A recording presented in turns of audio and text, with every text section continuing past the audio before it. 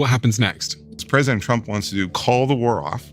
That's not going to put us back to February 27. Iran has 20% of the world's oil. It's going to be able to have $75 billion, $100 billion of revenues here over the next year. And also those deeply buried caves and tunnels where they have their drones, that can be used to fashion nuclear weapons. Within a year, Iran could have nuclear weapons and we can't stop it.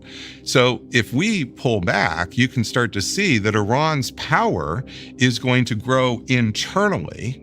But then even more than that, its relationships with Russia, its relationships with China will start to move closer together against America.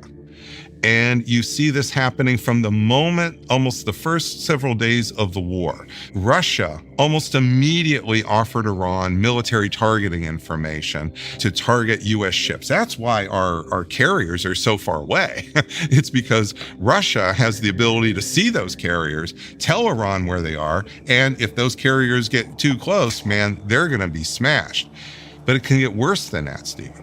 Because as this power grows over time, as these incentives for China, Russia, and Iran to cooperate against America grow over time, Iran has control now of 20% of the world's oil.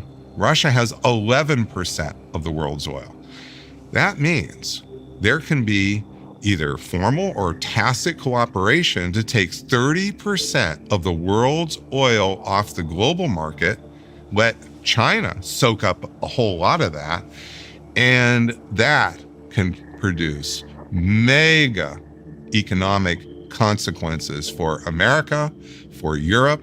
And why are they not going to do that? Because they're nice guys? Is that really what we're counting on now? Russia, Putin is not going to want to wreck America's economy because he has a bond with Donald Trump? What do you think the fundamental flawed assumption was at the start of all of this from the United States? That Iran was weak on its last legs, and all we had to do was push it over the edge of a cliff, and it was just a matter of just one more push. And then the people would rise up and... Yeah, we have painted a picture of Iran as beaten down, as the reason it's not retaliating very much is they have no capability to retaliate.